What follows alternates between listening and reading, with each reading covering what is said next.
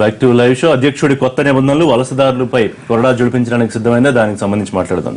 Right, Nagesh గారు, అంటే అక్రమ వలసదారులను పంపించేయడం అనేది ఒకటి సరైన విధానమేనా? ఒక కొత్తగా లెక్కలు బయటకు వచ్చిన తర్వాత ముఖ్యంగా ఏంటంటే రక్షణకు ఎక్కువ ఇంపార్టెన్స్ ఇస్తున్నాము, దేశ అంతర్గత భద్రత ముఖ్యం కాబట్టి.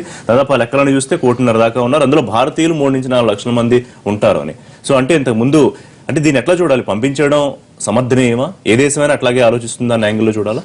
నేను మీకు సంగతి చెప్తాను. ఎవరైతే తిన్నగా వెళ్ళారో వీసా తోటి వెళ్ళి అక్కడ బార్డర్ కంట్రోల్లో స్టాంపింగ్ చేయించుకొని వాళ్ళు చాలా అన్హ్యాపీగా ఉన్నారు, ఎవరైతే అక్రమంగా వెళ్ళారనేది. ఎందుకైతే వాళ్ళ వల్ల మాకు ప్రాబ్లమ్స్ అవుతున్నాయి. మేము అక్కడ వీసా స్టాంపింగ్ చేయించుకుంటాం హైదరాబాద్లోనే, బాంబేలో, ఢిల్లీలోని. అక్కడ మా బార్డర్ కంట్రోల్ వాడు 100 ప్రశ్నలు అడుగుతాడు, పక్కకు జరగమంటాడు, పక్క రూమ్లో తీసుకెళ్ళి 100 క్వశ్చన్లు అడుగుతారు. సో ఎవరైనా ఏ దేశంలోనైనా అక్రమంగా వెళ్ళారు. అక్రమంగా ఏంటి, ఇప్పుడు చెప్పినట్టుగా వాళ్ళు visa, tourist visa, visitor visa తీసుకుని అక్కడ మాయ అయిపోతున్నారు. ఇప్పుడు న్యూయార్క్లో వెనక్కి రారు. ఇప్పుడు న్యూయార్క్లోని ఫర్ ఎగ్జాంపుల్ 10 lakh ఇమిగ్రెంట్స్ ఉన్నారు, ఇండియన్స్ కాదు. దాంట్లో చాలా మంది మీరు చూస్తే ఇండియన్స్ అండ్ పాకిస్తానీస్ ఉన్నారు. సో ఇప్పుడు వాళ్ళని మరి తిరిగి పంపించారంటే మరి పంపించాలి. అయితే ఈ పద్ధతి ఇప్పుడు పద్ధతి ఎలాగంటే వాళ్ళు policy first deport and then ask questions.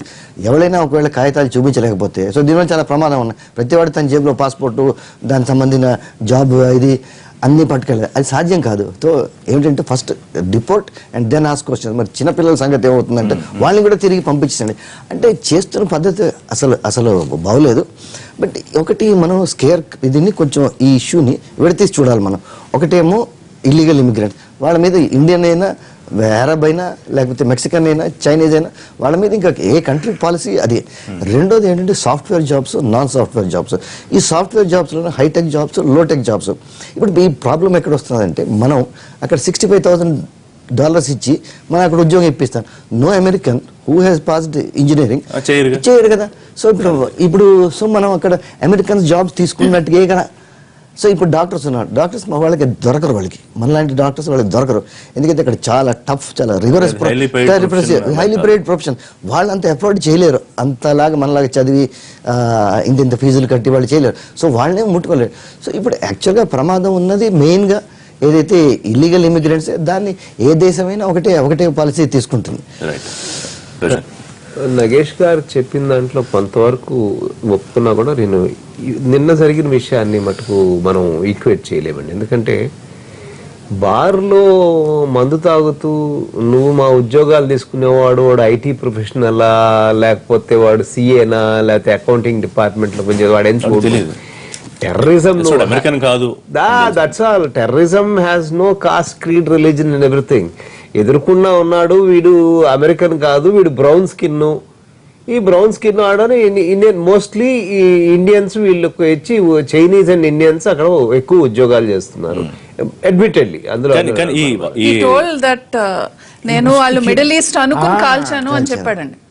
Middle east అనుకుని నేను కాల్చాను. మనందరినీ అంటే ఇక ఒక రకంగానే ట్రీట్ చేసేస్తారు. వాడు నీకు వీళ్ళందరూ ఒకటే రకం అని. అంటే వాళ్ళ ఉద్దేశం అనేది ఇందాక చెప్పాను నేను, ఒక 100 సంస్థలు యాంటీ ముస్లిం సంస్థలు ఆవిర్భవించాయి ఒక 3 నెలల్లో. అంటే ఈ భయం అనేది ఇంతకు ముందు కూడా ఉంటుంది కదా, 10 లక్షల మంది వలసదారుల ద్వారా దేశ భద్రతకు ముప్పు పొంచి ఉంది అనేది వాళ్ళు ప్రధాన కారణంగా చూపిస్తున్నారు. వాళ్ళు కొత్తగా వచ్చిన ముప్పు, అది ఎప్పటి నుంచో వీళ్ళంతా ఉంటున్నారు కదా అక్కడ. ఏ యాంగిల్ చూడాలి దీన్ని? అంటే ఇప్పుడు ట్రంప్ మొన్న యాక్ట్ పాస్ చేశాడు, వాళ్ళ మ్యాజిస్ట్రేట్, ఏదో హైకోర్టు సుప్రీంకోర్టు కూడా కాదు, వాళ్ళ మ్యాజిస్ట్రేట్ కొట్టేశాడు దాన్ని. నువ్వు ఇట్లా చేయడానికి వీల్లేదు. ఎందుకంటే అసలు వలసదారుల ద్వారా క్రియేట్ అయిన కంట్రీయే ఒక అమెరికా. నువ్వు ఇది చేయడానికి వీల్లేదు, కరెక్ట్ కాదని చెప్పేసి వాళ్ళ కంట్రీలో వాళ్ళ American magistrate level, lowest level of judicial officer కొట్టేశాడు. సో ఇప్పుడు ఈ మెమోని సపోర్ట్ చేయాలంటారా, ఎట్లా చూడాలి? ఇప్పుడు వారు చెప్పినట్టు ఏ దేశమైనా మరి వలసదారులు అక్రమంగా ఉంటే వాళ్ళని బేర్ చేసే పరిస్థితి ఉండదుగా. ఇప్పుడు అంటే మీరు టాలరెన్స్ అనేది చాలా ఇంపార్టెంట్ అండి. మనకి ఇటు వెళ్తే నార్త్ ఈస్ట్ కానీ, ఇటు కలకత్తా కానీ, మొత్తం అందరూ బంగ్లాదేశీస్, ఇటు పక్కన మళ్ళీ రాజస్థాన్ బోర్డర్స్ కానీ, అవతల వైపు వెళ్తే పాకిస్తానీస్, నీకు కాశ్మీర్ వెళ్తే మొత్తం అటువైపు నుంచి పాకిస్తానీస్ ఎంతో మంది వస్తుంటారు, బతుకు కోసం వస్తుంటారు. ఇప్పుడు చూడండి, శరణార్థులు అక్కడి నుంచి మీకు సముద్రం దాటిపోతే సముద్రంలో చచ్చిపోతున్నారు, లేకపోతేనేమో వాళ్లే చంపేస్తున్నారు. మీకు దాదాపు సౌత్ ఆఫ్రికన్ కంట్రీస్ లోంచి, వాటిలో ఆఫ్రికన్ కంట్రీస్ లోంచి. కాబట్టి ప్రపంచంలో ఎక్కడైనా కూడా బతికి పుట్టిన తర్వాత బతకడానికి ప్రయత్నం చేస్తారు. బతికేవాడిని ఓకే నువ్వు పారనాయిక్, అమెరికన్స్ ఆర్ పారనాయిక్, వాళ్ళు ఎంతసేపటికి నీకు గడ్డం కనిపించగానే నీ ఒళ్ళంతా పైనుంచి కిందకి మొత్తం టెస్ట్ చేస్తావు, నువ్వు అంటే చేసుకో, తప్పు లేదు. సెక్యూరిటీ కొంతవరకు ఏభించాలి, కొంతవరకు భేదించాలి అనుకోండి. ఇప్పుడు బ్రతుకు తెరువు కోసం వస్తున్నారంటారు. భారతదేశంలో జనాభా తక్కువగా ఉందా? నిరుద్యోగులు ఎంతమంది ఉన్నారు? అన్ఎంప్లాయిడ్ పెద్ద ఇక్కడ టీజాక్ చేయబోయింది, ఎందుకు చేయబోయింది అనమాట. ఉద్యోగాలు లేకనే కన్నా, ఉద్యోగాలు లేక బతుకు తెరువు లేక బాధపడుతున్న దేశంలోకి చొరబడిన రాష్ట్రం సహనం అంటారా? అది సహనం కాదు, ఏంటంటే దుస్సహనం అవుతుంది అనమాట అండి. రెండోది టెర్రరిస్ట్ నో రిలీజియన్ అంటారు అని మనం చెబుతున్నాం అనమాట అండి.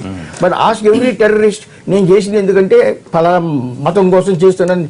అతనికనే మీకు ఎక్కువ తెలుసునా? అతని అంతరంగాన్ని మీకు తెలుసునా? ఇది ఒక క్యానడా అనమాట అండి. టెర్రరిస్ట్ నో రిలీజియన్ అని వెన్ దే ఆర్ సేయింగ్ మా రిలీజియన్ కోసం ఏం చేస్తున్నావు అంటే నువ్వు కాదంటావు ఏంటి? ఇది అది ఒకటి. రెండోది ఇప్పుడు ఈ శరణార్థులు అని చెప్తున్నారు కదా, 58 దేశాలు ఓఐసి ఆర్గనైజేషన్ ఆఫ్ ఇస్లామిక్ కాన్ఫరెన్స్లో ఉన్నాయన్నమాట అండి.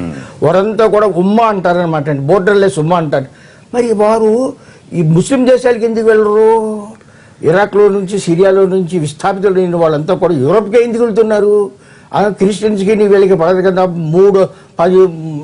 1000 సంవత్సరాలు యుద్ధం చేసుకున్నారు, క్రూసైడ్స్ అని అనమాట అండి. ఇక్కడ వీళ్ళు వాళ్ళు యుద్ధం ఎందుకు వెళుతున్నారు? కొంత దురుద్దేశంతో. అమెరికా ఏం చెప్తుందంటే there are so many undocumented people. Undocumented వీడు ఎవరు, ఎందుకు వచ్చారు, ఎక్కడి నుంచి వచ్చారు, ఎంతకాలానికి వచ్చారు? ఇందులో 3 నుంచి 4 లక్షల మంది భారతీయులు ఏ విధంగా వెళ్ళి ఉండొచ్చు? మేబీ అంటే వీళ్ళకి ఏమో ఉద్దేశాలు ఆపాదించే అవకాశం, ఏ ఉద్దేశాలు ఏమి లేవు. వాళ్ళు వెళ్ళటం మాత్రం బాగా చదువుకున్నారు, అక్కడ ఉద్యోగ అవకాశాలు ఉన్నాయి, చదువుకుంటానికి కూడా ఎక్కువ అవకాశాలు ఉన్నాయి. మరి వీళ్ళు అక్రమ వలసదారుల లెక్కలోకి ఎలా వస్తుంది? వాళ్ళు లా ప్రకారం అక్రమం.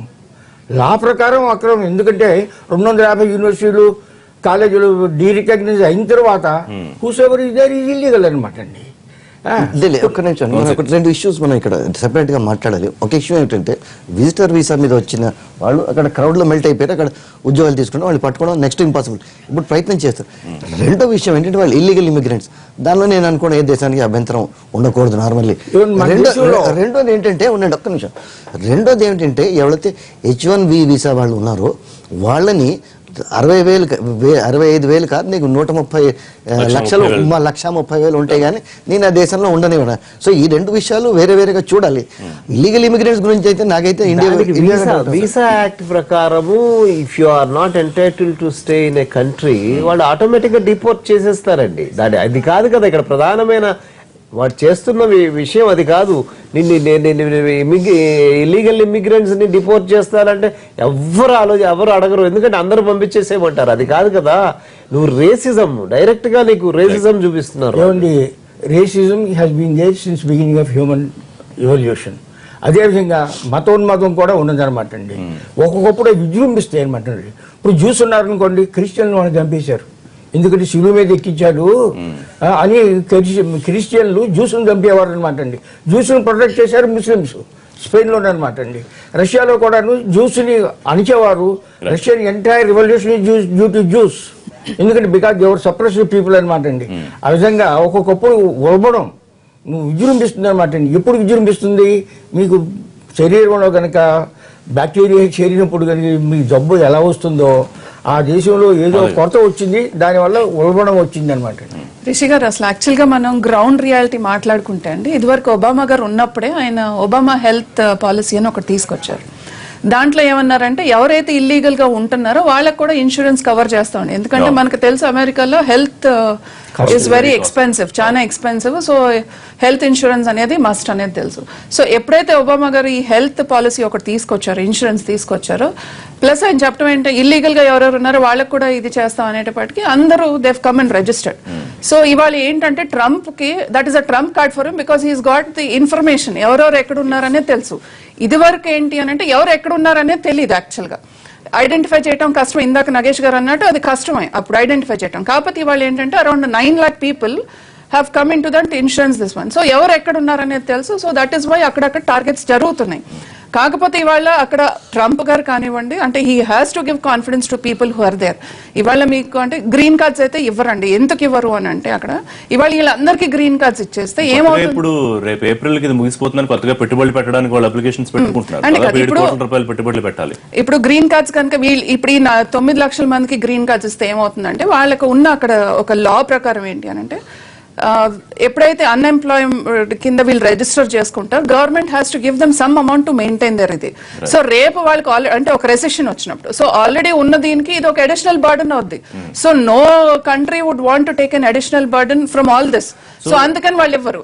కాకపోతే ఏంటి, అక్కడ వాళ్ళు కాన్ఫిడెన్స్ ఇవ్వాలి. అట్ ద సేమ్ టైం మనం కూడా ఇప్పుడు అక్కడ నిజంగా లీగల్ గా ఉండే వాళ్ళకి ఏ భయం లేదండి. They say we are living freely, we don't have any problems అని వాళ్ళు చెప్తున్నారు. మీరు ఎవరితో మాట్లాడిన ఇండియన్స్ అక్కడ we are happy, nothing to worry అని వాళ్ళు చెప్తున్నారు. కాకపోతే ఎవరైతే ఇలా డాక్యుమెంట్స్ లేకుండా ఉన్నారో వీళ్ళు బాధపడతారు. ప్లస్ ఇందాక నేను అన్నట్టు యూనివర్సిటీ పిల్లలు, వాళ్ళ గురించి డెఫినెట్ గా మనం ఆలోచించాల్సిన అవసరం. ఇంకా 6 months, ఎందుకంటే ఇంకా 6 months గ్యాప్ ఉంది వాళ్ళ సెమిస్టర్ కంప్లీట్ అవటానికంటే they'll shift to another university. కానీ అది లేని పక్షంలో అంటే వాళ్ళకి ఒక 12 months ఓపీటీ ఇస్తారండి for them to work. కాకపోతే ఆ 12 months period is not sufficient for them to clear their loans. ఏదైతే లోన్స్ తీసుకుని వాళ్ళు వెళ్ళారో అది సరిపోదు. దానికి ఏంటంటే అట్లీస్ట్ ఇంకొక 24 months ఉండాలి. ఆ 24 months ఇవ్వాలి అని అంటే మాత్రం చాలా రూల్స్ రెస్ట్రిక్షన్స్. కన్క్లూజన్ ఏం చెప్తారు ఇప్పుడు భయపడుతున్న పేరెంట్స్ కానీ లేకపోతే అక్కడ ఉద్యోగస్తులకు కానీ ఇన్ వెరీ బ్రీఫ్? ఏం లేదండి, ఇప్పుడు అక్కడ లీగల్ గా ఉండే వాళ్ళకైతే అసలు ఏ ప్రాబ్లం లేదు. ఇలాంటి వాళ్ళు ఏదన్నా ఉంటే గనక ఇట్స్ బెటర్, ఐ మీన్ వెనక్కి వచ్చేయటమే బెటర్. విద్యార్థుల గురించి అన్నారు. 1,65,000 మంది భారతీయులు అక్కడ యూనివర్సిటీలో చదువుతున్నారు. సంవత్సరానికి 40,000 కోట్ల రూపాయలు ఈ దేశం నుంచి వెళ్ళిపోతుంది. 40,000 కోట్లు ఎటువంటి యూనివర్సిటీలను ఇక్కడ స్థాపించవచ్చు? అది చేయకుండా గవర్నమెంట్ డబ్బులు ఇచ్చి పొందుతుంది కొంతమంది అనమాట అండి. ఇది మన దివాళా కొడుతున్నాం కదండి. రెండోది, పాకిస్తాన్ నుంచి వీసా మీద వచ్చిన వాళ్ళు గల్లంతైపోయారు. ఇది home minister has given a reply to the parliament. 90% మంది పాకిస్తాన్ వీసా మీద వచ్చిన వాళ్ళు కూడా గల్లం అయిపోయారండి, తిరిగి వెళ్ళలేదు. కానీ ఒక్క నిమిషం, పిల్లల్ని ఎడ్యుకేషన్ పంపించేటప్పుడు అసలు ముందు ఆ యూనివర్సిటీ రికగ్నైజ్డా కాదా అనేది చూసుకోవాల్సిన అవసరం అయితే డెఫినెట్ గా ఉంది. మనం బ్లైండ్ గా యూనివర్సిటీ ఏదో వచ్చింది కదా అని పంపించడం మాత్రం కన్ఫ్యూజన్ టు పేరెంట్స్ లేకపోతే భయపడుతున్న వాళ్ళకి అక్కడ ఉన్న ఉద్యోగస్తులకి ఏం చెప్తారు? అంటే లీగల్ ఇమిగ్రెంట్స్ కి ఎప్పటికైనా ప్రాబ్లం ఉందండి. కానీ ట్రంప్ ఇల్లీగల్ ఇమిగ్రెంట్స్ అని కానీ లీగల్ ఇమిగ్రెంట్స్ అని కానీ దాని మీద వాడే డిఫరెన్షియేట్ చేసి మాట్లాడట్లే. అతని కాన్సెప్ట్ మీకు మెమో చూపిస్తున్నాడు, మెమోలో మిగతా వాటి గురించి మాట్లాడట్లేదని కాదు. అతని మొదటి రోజు నుంచి కూడా అతని స్పీచ్ల్లో, ఈవెన్ ప్రెసిడెన్షియల్ ఎలక్షన్ స్పీచెస్ లో కూడా వీళ్ళందరినీ బయటికి పంపిస్తాను, వీళ్ళు మన ఉద్యోగాలు మనమే చేసుకుంటాం. మనం చేయాల్సింది ఏంటి? కాన్ఫిడెన్స్ ఇవ్వడానికి భారతీయులకి చాలా సెలెక్టివ్ గా చూసీగా మన సెక్యూరిటీ చూసుకోవాలి, మన ఎడ్యుకేషనల్ సెక్యూరిటీ చూసుకోవాలి. రెండోది మన పర్సనల్ సెక్యూరిటీ కూడా చూసుకుని ఏ పార్ట్స్ లో అయితే ఇటువంటి యాక్టివిటీస్ ఎక్కువ ఉన్నాయో అటువంటి వాటికి చోటుకి వెళ్ళి చదువుకోవడానికి కానీ ఉద్యోగాలు చేసుకోవడానికి కానీ వెళ్ళకూడదు. సంఘటనలు జరుగుతున్నాయి కాదంటలేదు. అప్పటికన్నా ఇప్పుడు కొంచెం 1%, 2% ఎక్కువ. అయితే ఇప్పుడు మనం కొన్ని విడతీసి అన్ని మిక్సప్ చేసేస్తే ప్రాబ్లం వస్తుంది. ఈ ప్రాబ్లం ఏంటంటే ఇల్లీగల్ ఇమిగ్రెంట్స్ ఏది ఆ 7 countries లో మనం లేవు. సో దాన్ని పక్కన పెట్టండి. రెండోది ఏంటంటే ఇప్పుడు ఏదైతే మనం ఈ H1B వీసా గురించి ఏది 65,000 నుంచి 1,30,000 per year యాన్యువల్ ఇన్కమ్, అసలు గవర్నమెంట్ ఆ బిల్ తీసుకొస్తే కదా, అసలు గవర్నమెంట్ ఎజెండా లేదు. ఒక Democrat senator brought that bill, ఇంకా 2-3 రిపబ్లికన్స్ అది దాని వేరియేషన్స్ లో బిల్ తీసుకొచ్చారు. అయితే మన వాళ్ళు జాగ్రత్తగా ఉండాలి. ఇండియాకి వచ్చేటప్పుడు మళ్ళీ తిరిగి వెళ్ళేటప్పుడు డాక్యుమెంట్స్ అన్ని కరెక్ట్ గా ఉండాలి. ఎందుకు చెప్తానంటే చాలా మటుకు IT companies have given advisory to their employees. ఎవరైతే ఇండియాకి వస్తున్నారు పెళ్లిళ్ళు కానీ ఇంకేదైనా దీనికి కానీ మీరు జాగ్రత్తగా ఉండండి, పేపర్స్ అన్ని ఆర్డర్లో వెళ్ళండి, వీలైతే మీ ఇండియా ట్రిప్ పోస్ట్పోన్ చేసుకోండి అని చెప్తున్నాను. సో ఈ జాగ్రత్తలు పాటిస్తే. థ్యాంక్ యూ నాగేష్ గారు, థ్యాంక్ యూ రవిశంకర్ గారు, థ్యాంక్ యూ చౌదరి గారు, థ్యాంక్ యూ మాధవ్ గారు. ఇది లైవ్ షో.